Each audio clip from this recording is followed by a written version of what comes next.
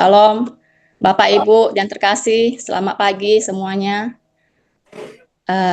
Kedengaran jelas nggak Bu Hesti? Dengar Bu, jelas. Amin, puji Tuhan. Kita doa sebentar ya. Tuhan Yesus, terima kasih Tuhan. Kami boleh terus memuji, kami boleh terus menyembah Dikau.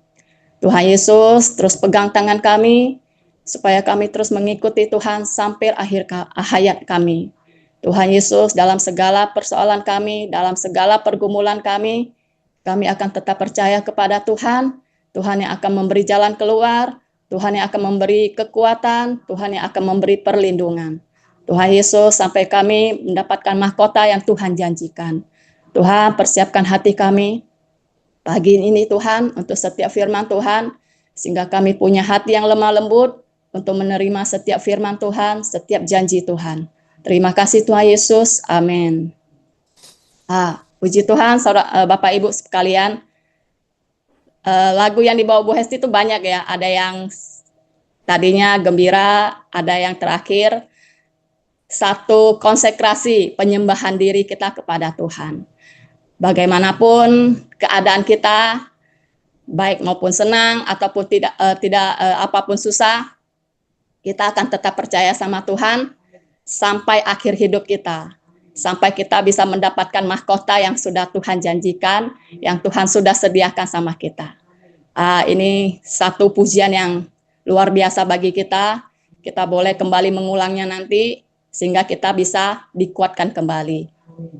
Puji Tuhan Bapak Ibu, pagi ini saya mau bawa satu firman di Perjanjian Baru.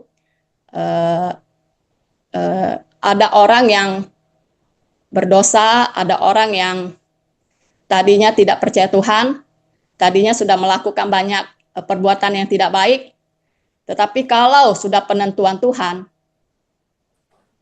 untuk percaya Tuhan, maka dia pasti akan ditangkap sama Tuhan ya. Dan dia akan dipakai luar biasa oleh Tuhan. Saya ada apresiasi dengan kitab Kisah Para Rasul. Ada satu rasul namanya Rasul Paulus, ya kan? Di Kisah Para Rasul pasal 9 ayat 1 sampai 19 ya. Di sana ada cerita, saya bacakan sementara. Judul perikopnya adalah Saulus bertobat. Sementara itu hati Saulus masih berkobar-kobar untuk mengancam dan membunuh murid-murid Tuhan. Ia menghadap imam besar dan meminta surat kuasa untuk dibawa kepada rumah-rumah ibadat Yahudi di Damsyik, supaya jika ia menemukan laki-laki atau perempuan yang mengikuti jalan Tuhan, ia dapat menangkap mereka dan membawa mereka ke Yerusalem.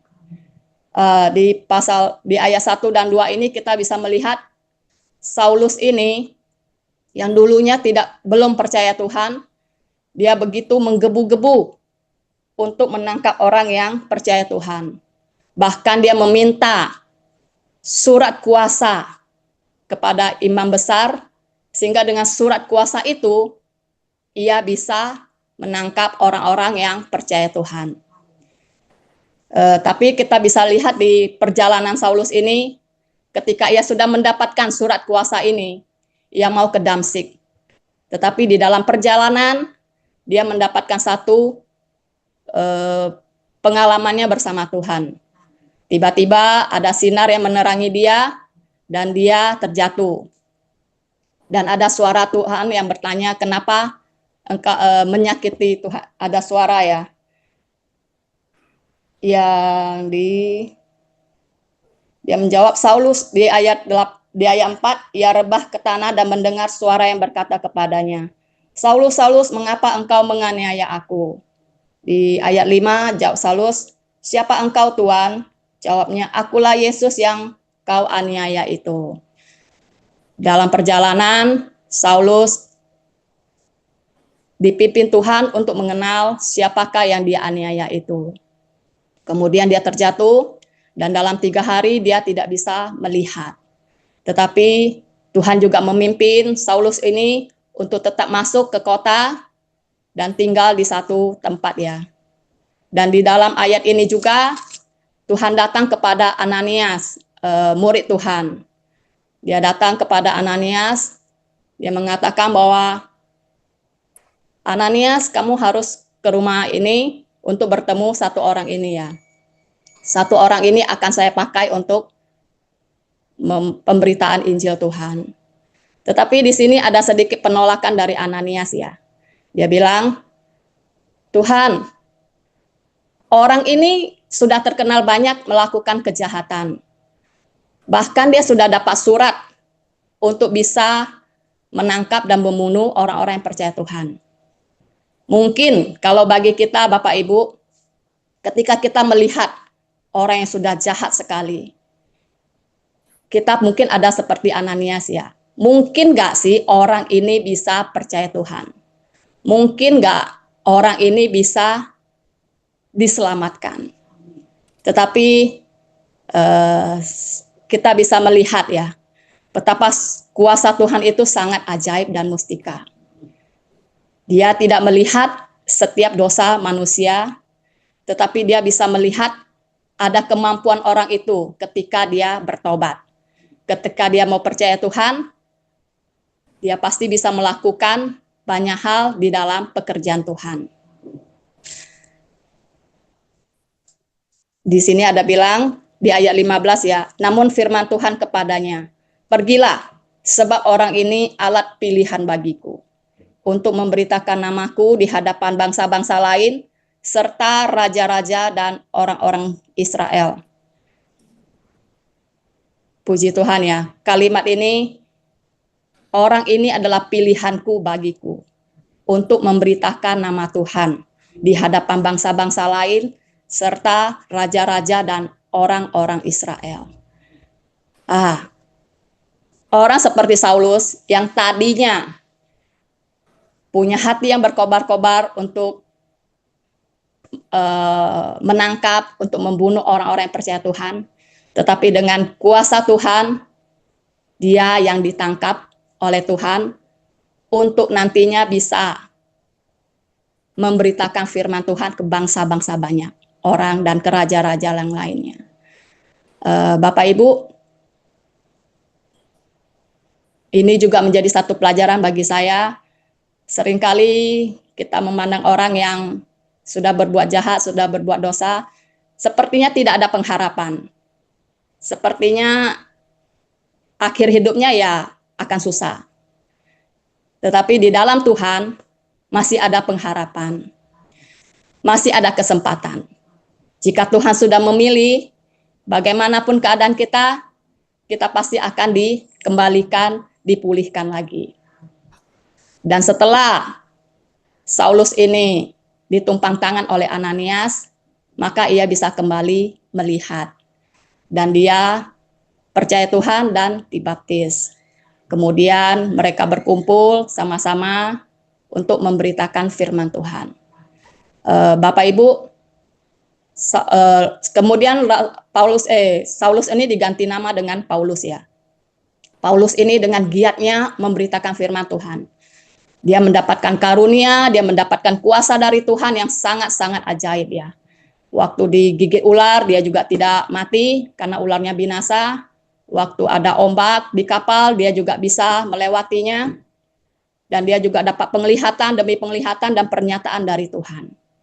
Tetapi Bapak Ibu, di 2 Korintus pasal 12 ayat 9, ayat 7, Saulus ini tahu, Rasul Paulus ini tahu bahwa dia tidak boleh bermegah, tidak boleh sombong dengan segala yang dia punya, dengan segala kuasa karunia yang sudah Tuhan berikan.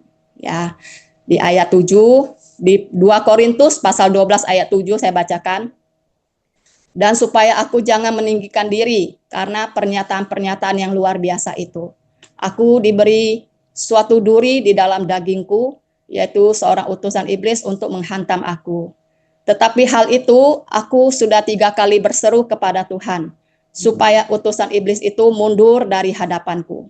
Di ayat 9, namun jawab Tuhan kepadaku, cukuplah anugerahku bagimu, sebab justru dalam kelemahanlah kuasaku menjadi sempurna.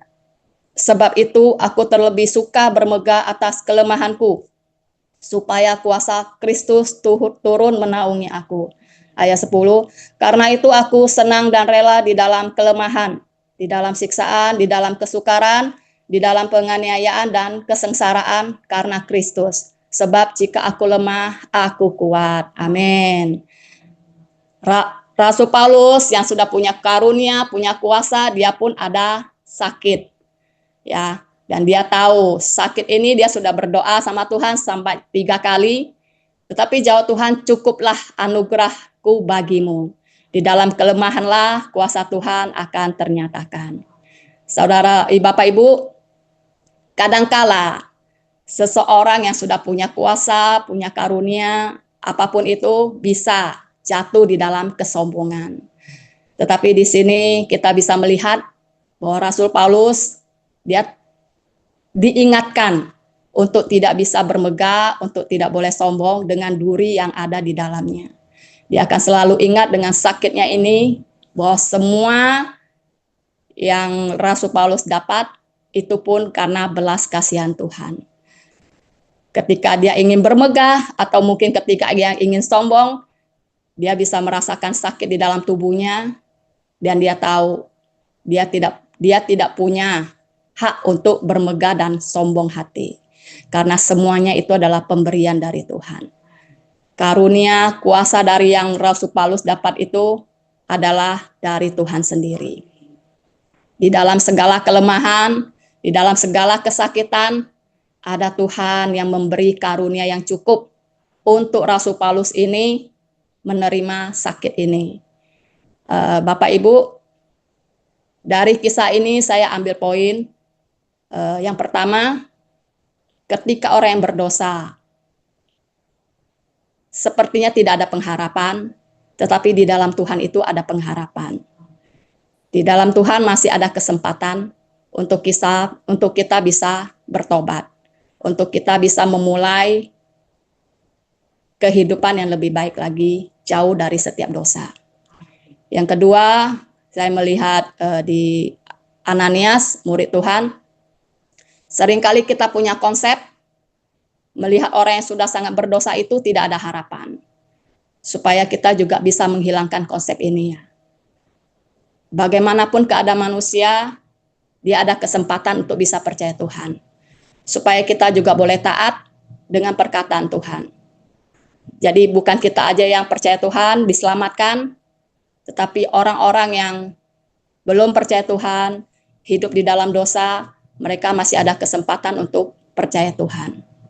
Dan yang ketiga, kita bisa lihat betapa mereka itu punya kuasa, punya kedudukan, punya karunia. Biarlah kita juga belajar tidak bermegah untuk diri kita sendiri. Tidak sombong untuk diri kita sendiri.